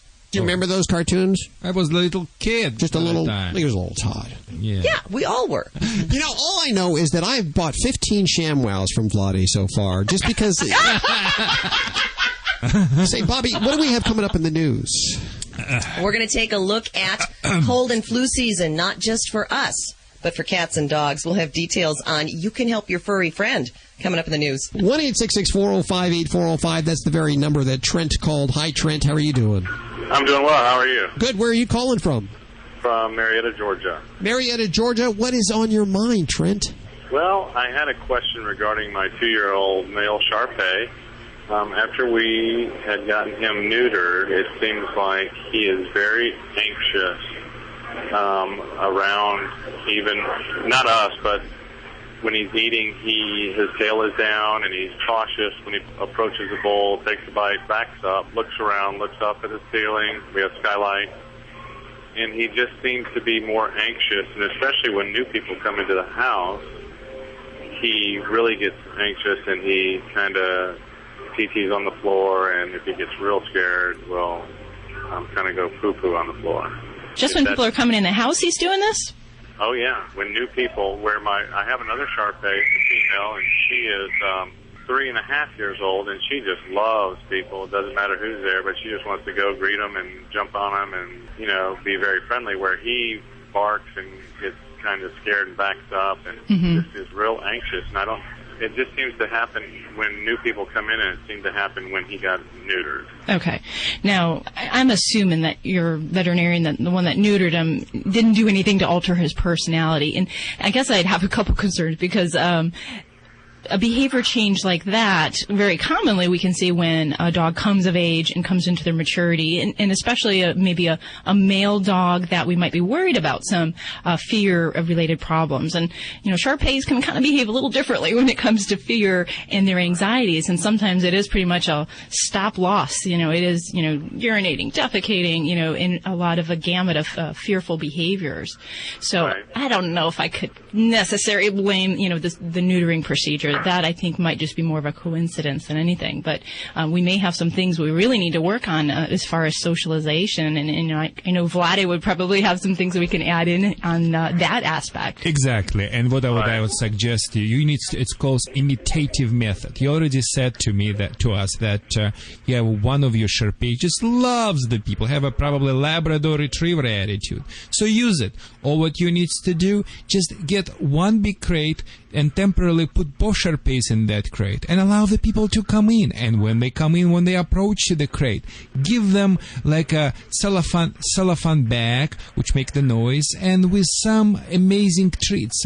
Maybe even use a hot dog fried on the butter with the garlic. It's irresistible smell and taste. Or Polish kielbasa will work too. What the hell you're smiling? It sounds like the Paula Dean show on the Food Network. Okay. That you're describing there. Yeah, but this is the really truth. This is the Pavlov conditioning. Listen, Russian academic Pavlov made the dog salivate when somebody knocked the door, and it's so easy to recondition that Shar-Pei. So you can do two things at the same time: use another Shar-Pei who loves the people, and use a conditional response, which is the food. So somebody comes in, I will talk to you in the language people can understand, just without any science. Somebody knock the door. If one of Shar-Pei is barking, clap your hands, make the noise, startle it. The dog stops. Put both of them in the crates, and if it's difficult to catch them, use maybe a piece of the rope attached to that Shar-Pei, and put them in the crate and let the people come in. And when the people come in and approaching to the crate, and it's important to approach sidewise, give him that cookie bag, and the person make the noise and feed both Shar-Peis. Our Shar-Pei looks at the good one and say, hey, nothing to be worried about. It's hard to be scared if I experience it with several times and nothing happen. You see, I notice a lot of animals feed off of each other. If one's calm, the other will be calm. So that's what you're saying there. Exactly, and plus kielbasa will work too. Trust me. If that kielbasa comes from the strangers and never comes from you, it's gonna work. And just do it maybe for probably 2 weeks with 5-6 people comes in your home, and after that you don't need to put them in the crate. Yeah. Okay. Trent, we thank you for your call. Oh, thank you so very much. 1-866-405-8405. We appreciate We thank you very much for being a listener. Thank you so much. You're listening to Animal Radio. You can learn more at animalradio.com. Log on. Learn more. It's Animal Radio. 1-866-405-8405. Come on, celebrate your pets with us. Vinny Penn, he's on the way. His book doing very well. Guido's Credo. Check it out at Amazon.com. Yes, you've been hoarding it. I want to read it. By the way, no relation to Guido, our board op here. This is a good book, and I find out it's his second book. Wow. We have such a talented staff, of course, Dr. Debbie, and your practice in Las Vegas, where you see, because it's Las Vegas, you see just pretty much everything, I would imagine. Oh, yeah. You name it, but I don't have a book yet. You don't have a book? We're working on that. Do you want to email Doc? Doc Debbie, DOCDEBBIE, at animalradio.com. Links to all of us at the website there. 1-866-405-8405. Oh, by the way, we're still getting calls about the studio stunt chihuahua, which is not a stunt chihuahua. And what we're going to do, Dr. Debbie has suggested that we do a blood test. You're not going to do that. Are you going to do another swab? I'm going to try a swab one more time before I resort to a blood test. Now let me add her. You're the baby. Blood'll do it. Hey, Mitch, how you doing? I'm doing well. How are you? Very good. Where are you? I'm in Jacksonville, Florida. Jacksonville, Florida. It's always warm there, isn't it? Oh, it's gorgeous out. It's like 75 and sunny. Wow. We're a little bit jealous, so if we sound a little disgruntled in our voice, that's what it's all about. Okay. Well, I just purchased a dog, and I did it on one of those good online deals. I got it from Texas, and it's a miniature bull terrier, and he's gorgeous. Except he's deaf. And you're sure of that? Oh, yeah. We've taken him to the vet, and, I mean, he doesn't, if you did a siren in his ear, he might sort of, barely look at you. But okay. He's, so I've never had a deaf dog. I mean, we want to keep him. He's gorgeous, but I didn't know the problems or how to cope with him or to, what you do with a deaf dog. We have another dog that's a Basenji, and I don't know, the little dog is terrorizing him when they're playing, and he bites him so hard that the other dog screams, and I guess being deaf, he can't even tell that he's hurting the other dog. Yeah, they definitely, if they're not hearing that vocalization, there can be some problem with that bite inhibition and learning that. Now, and you mentioned he's a bull terrier? Yes, it's a miniature bull terrier. Okay, because there are, if we're certain we're not hearing anything, he's not responding to high frequency, low frequency sounds, then if he's a youngster, we're very likely dealing with a congenital deafness. So he's kind of born without the full working hearing apparatus there. Now, you're actually in a good situation with having another dog, because there are deaf dogs out there that can live wonderfully comfortable, happy lives. We just have to take some special accommodations for them. And having another dog in the home is good, because that, in many dogs, whether it be blind or deaf, if they have a housemate, they're kind of like the lead dog, and they can kind of follow some of their social cues. So that can be helpful. But you can easily train a deaf dog to follow basic obedience commands using hand signals. And sometimes even with vibrations, we can do that. So that would be something that is very important, especially with a deaf dog, because you don't want them to be exposed to those hazards of, running loose or getting in situations like getting hit by a car or getting out of their comfort zone where we can protect them. So that's biggest challenges on your shoulders to make sure we do a cautious and a very thoughtful training program for him. Well, I have this week just been looking into some stuff, and I did see, like online, a vibrating collar. So I guess that's a good thing to get him, or you can teach him when you buzz it till, Yeah, and even some basic things, like if you're working with some leash commands, just kind of rapping on the floor to create a vibration that catches attention, and then pairing that with some hand signals to help train them. And also with any deaf dog, I want to make sure that we have proper identification, a collar tag ID, and a lot of folks actually get medical ID tags for their pets, so that people can be aware that if, heaven forbid, he were to get out, that he has a medical problem and that he may not hear. So that can be something that they can be aware of. Okay. Well, we're all, I guess, ready to tackle it. And like I said, we love them. And we'll just have to, I guess, put a little more care into trying to accommodate them. Mitch, what would you tell people that are going to buy animals off the Internet? Well, I would say if you can't personally see it, I would say not to buy it. Because she had several comments that were good, but unfortunately, after like I said, she hasn't talked to me in 3 weeks. She won't answer a phone call. I just wanted to talk to her, and I did come across someone else that had a unpleasant experience, but the website keeps taking off her comments. So go see your dog in person, visit it before you get it, right? Yeah, I would. I definitely would. I agree with that, definitely. Okay, well, I appreciate all the help. Thank you. And you know what? We're going to put something together. What's your bull terrier's name? Duke. Duke, we're going to put something together for Duke if we can. And we really, you're the kind of animal lover that we love because it didn't turn out to be exactly what you thought, but you still love the animal endlessly. Yeah, well, he was in the bed the first night. and now he won't leave. Hello, this is Dom DeLuise, and you're listening to Animal Radio. Love your pets, they'll always love you back.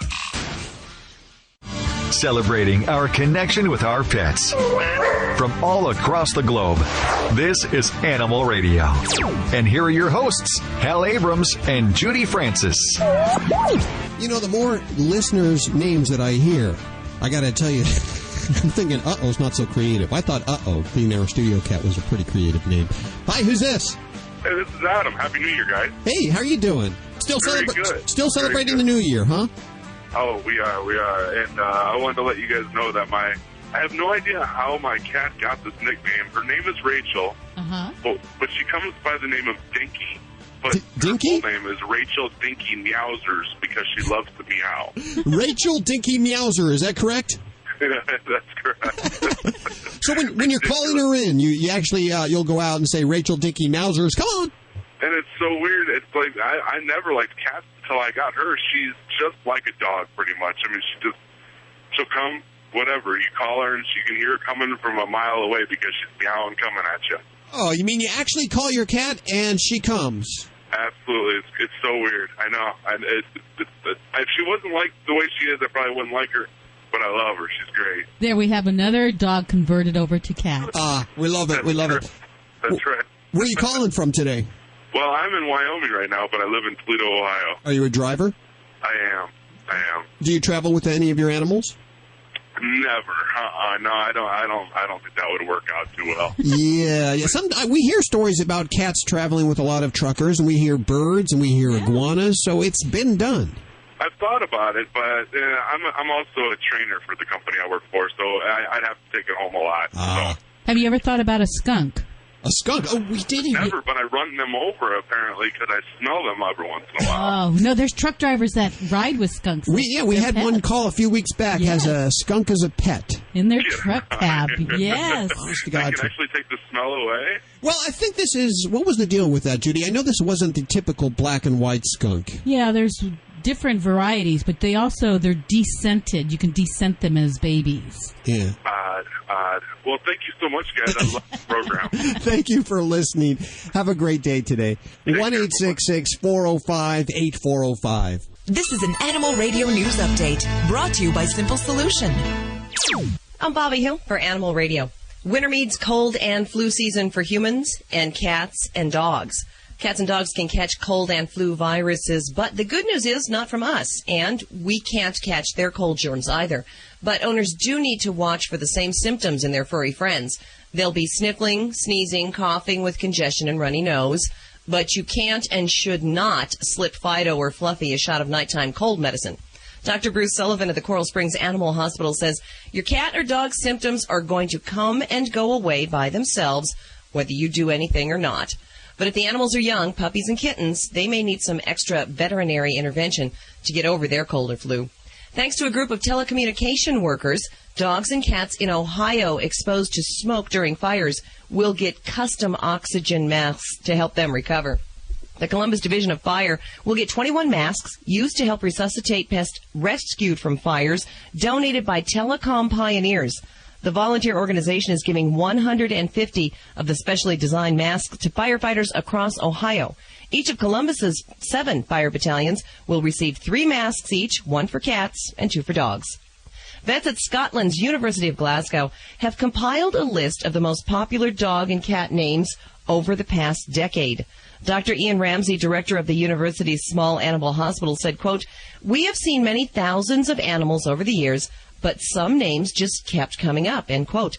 Among the most common for dogs are Ben, Sam, Jake, and Lucy. For cats, the top 10 include Jack, Oscar, Sam, Cleo, Sophie, Oliver, Jasper, and Tigger. Vet School has treated 378 dogs named Max in the past 10 years, but only 3 named Pickle.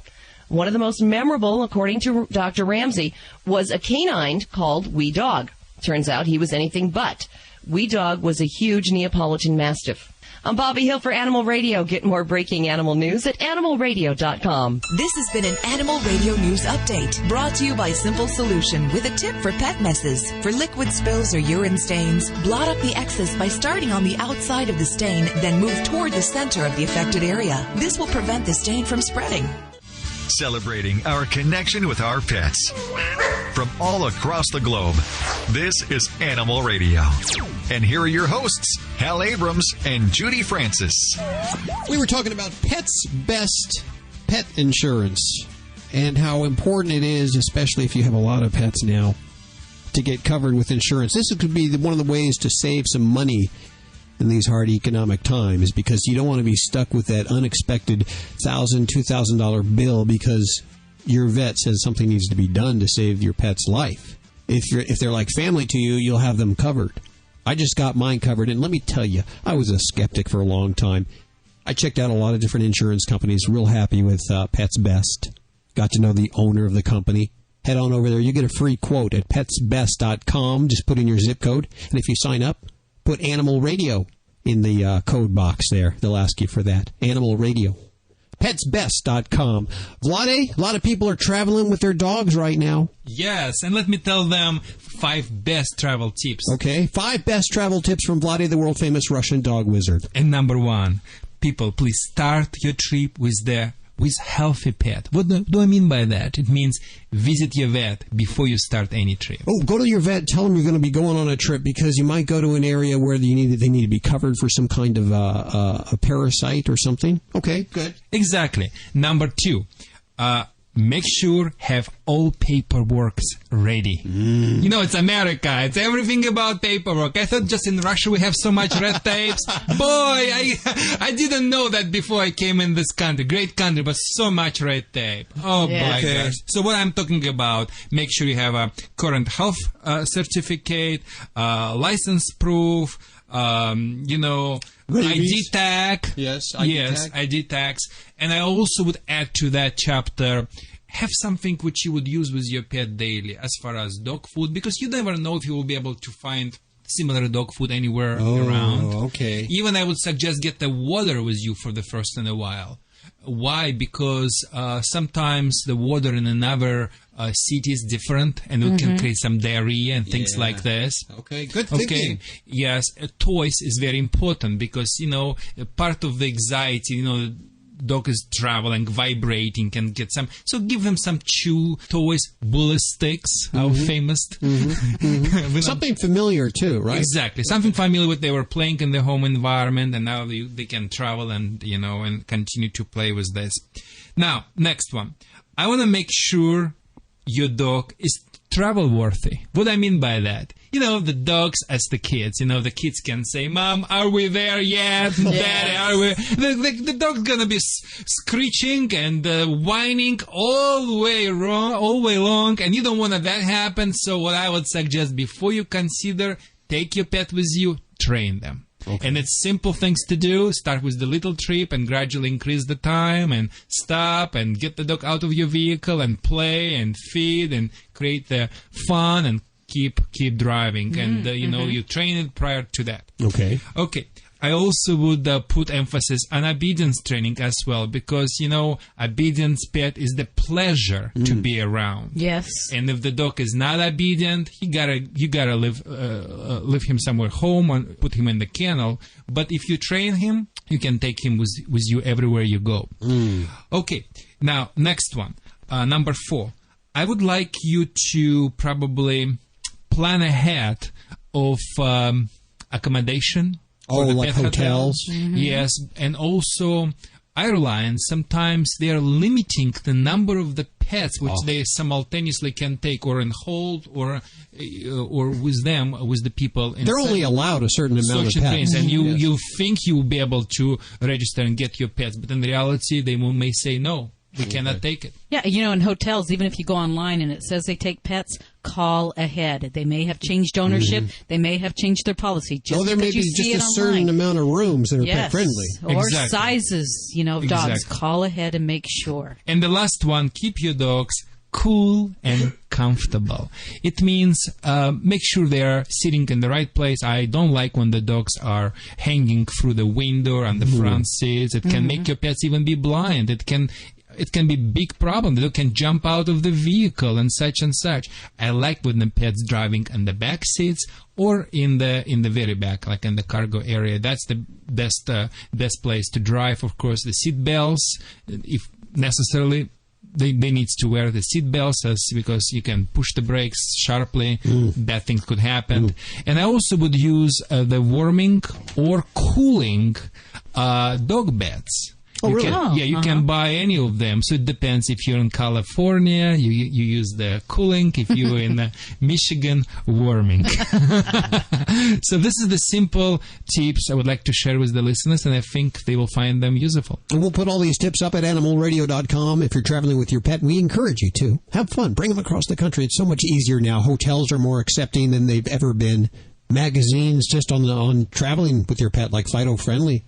Oh, great magazine if you're going to be traveling with your pet. By the way, I became columnist with Arden Moore. Very good. I became columnist for this magazine. She's good to know. She'll launch your career. Look what it did to us.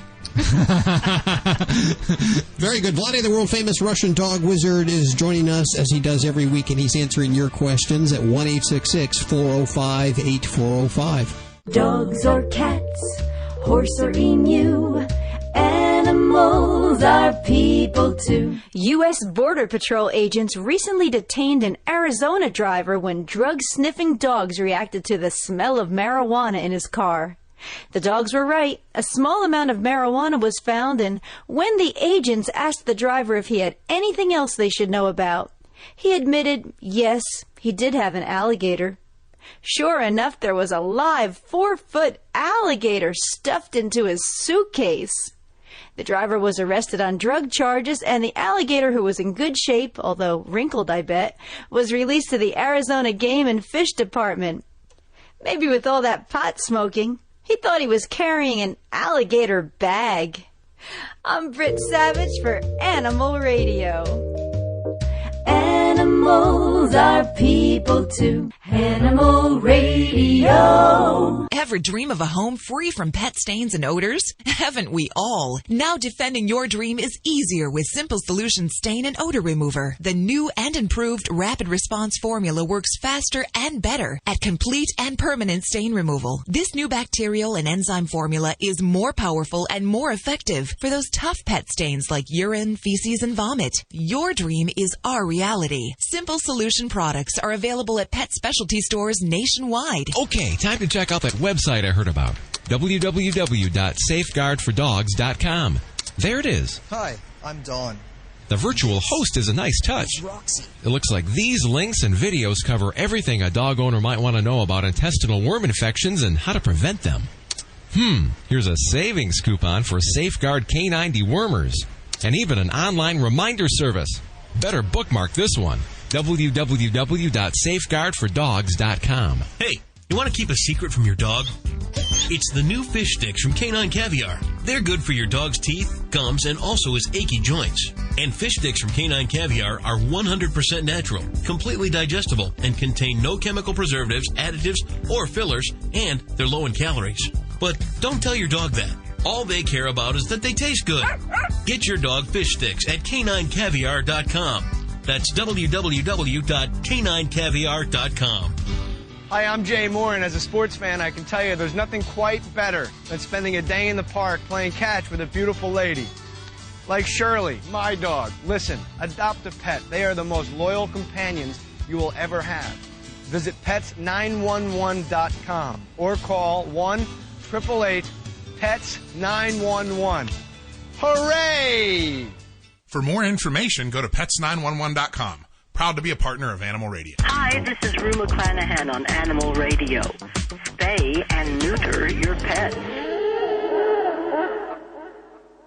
The biggest thing is you notice when you forget to take it, if you run out for a week, all of a sudden you get dumb. Look, your dog's asleep. I don't know if I should take that personally. 1-866-405-8405. It's Animal Radio, and we're celebrating our connection with our pets. Now, I know you make some dog food. And I encourage listeners that are making their own dog food or want to even try it, go check out this video that Judy did. You had fun doing that, huh? I did. And, it's such an ego booster when your dog actually eats it. It's at that moment you're standing there with that food that you prepared. And is she going to eat it? And she licked the bowl clean. You're not even a cook. No, I don't even go in the kitchen. So. You did it. You're not cooking for the hell. How you cook for your dog? Because it's probably a little portion. It's important.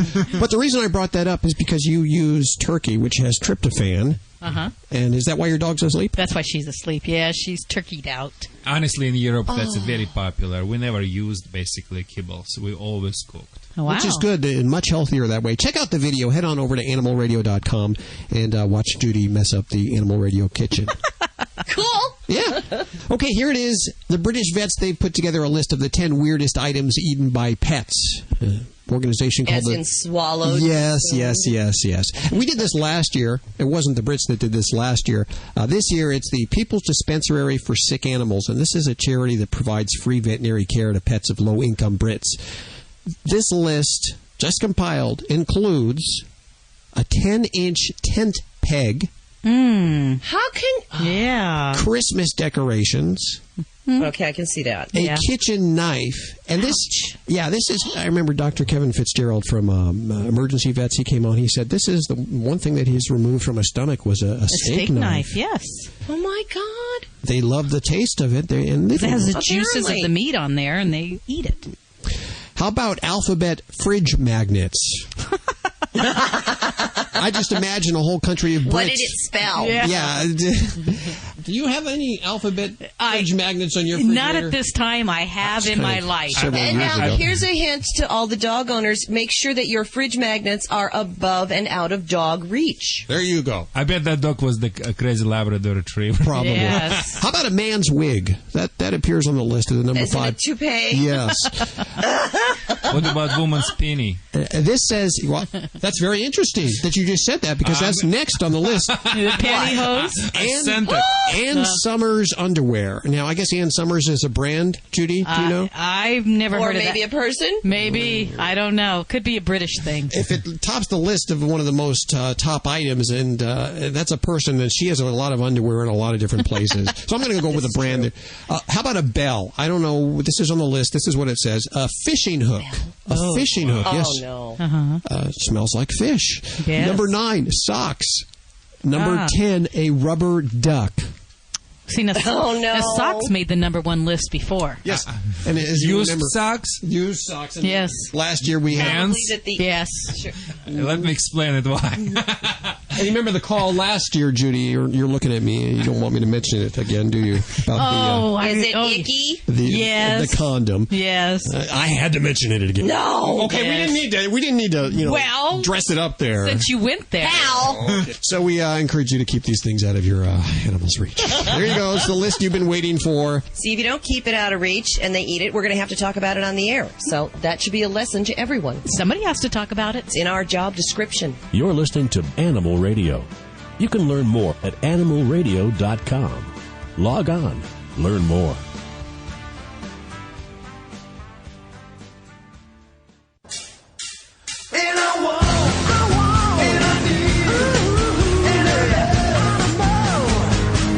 Hey, welcome back to another edition of The Party Animal on Animal Radio. I'm your host, Vinny Penn. I got 3 words for you. 3 words I don't want to say, but it's something I don't dig. Peeing on snowman. Now, you got to let your dog out. We got all sorts of things have changed so much. You got to follow the dog around with the pooper, scooper, and whatnot. And, of course, the dog aims right for the fire hydrant. We all know that.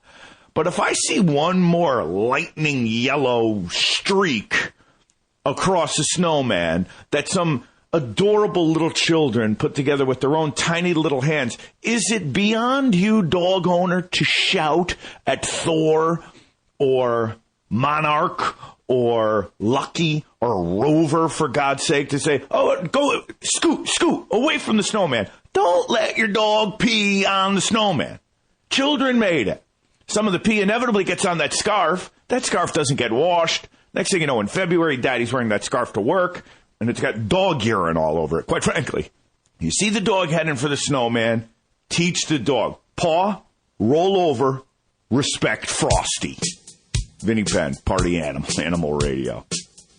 It's Animal Radio, 1-866-405-8405. We are celebrating our connection with our pet as we do every weekend with our team of experts. Dr. Debbie answering your medical questions. Vladae, the world-famous Russian dog wizard. Vinny Penn, animal communicator Joy Turner. Bobbie Hill with your news. It's really amazing. Oh, Britt Savage.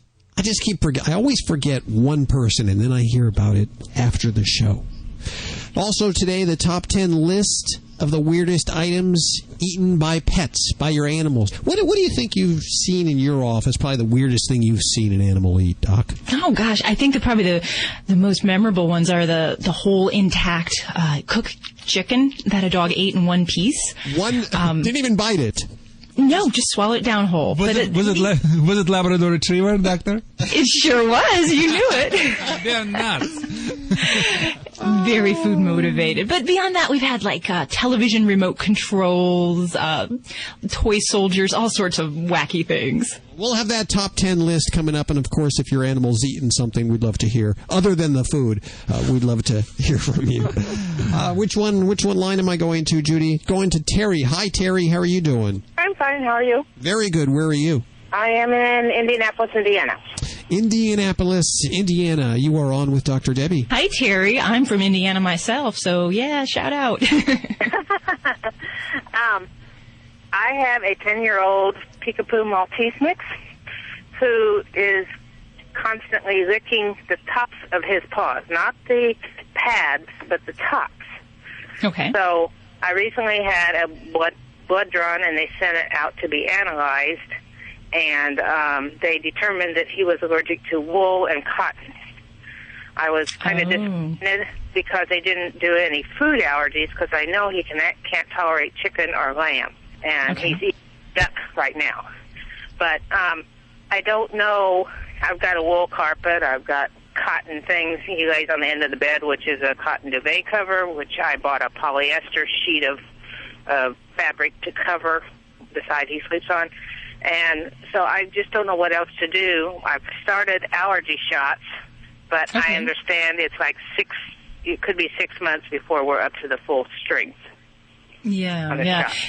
And definitely with allergy testing, when they draw, you did by the blood method, not by the skin testing, right? Okay. So what basically they're testing for is your pet's responsiveness to anything environmentally, plants, trees, epidermals, like human dander, cat dander, things like that. Now, if they did test positive on some of those things, we can try avoidance as much as possible within your household limits. Now, one possibility is tear up all your wool carpet. I don't know how amenable you'd be up to that. I don't think I can afford that right now, but...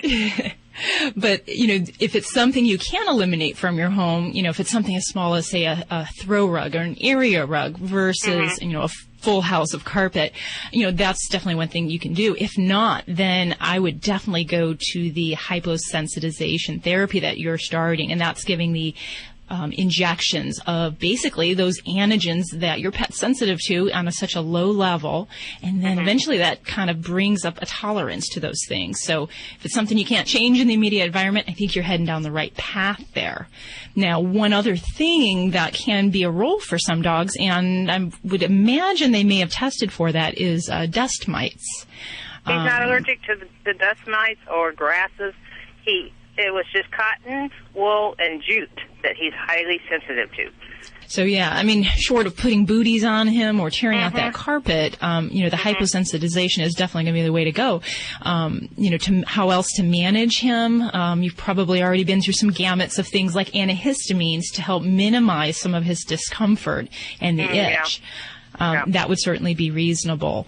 I know pets that have like grass allergies, I'll often tell people to wash their feet after they're exposed to those areas. But for indoors, gosh, it's going to be really hard for you to try to do something like that. The tape that sticks to itself, if I tape his paws with that, I know he doesn't like it, and it's probably not comfortable to walk, but if I loosely tape his paws with that, until his sensitivity is brought up to the allergy shots, would that help? No, I really wouldn't do that, because then you're just opening up a whole nother area of discomfort or problems with that. And because some of this is a contact-based allergy problem, but other parts of it may not be directly associated with his feet. So meaning that, if he's laying on a carpet that he has a sensitivity to, he may pick up those allergens at another point in time when he's grooming himself, or around through casual contact in the house. So it isn't necessarily just his feet we really have to worry about. So, some of these things, I think as much as you can eliminate from the home, I would do so.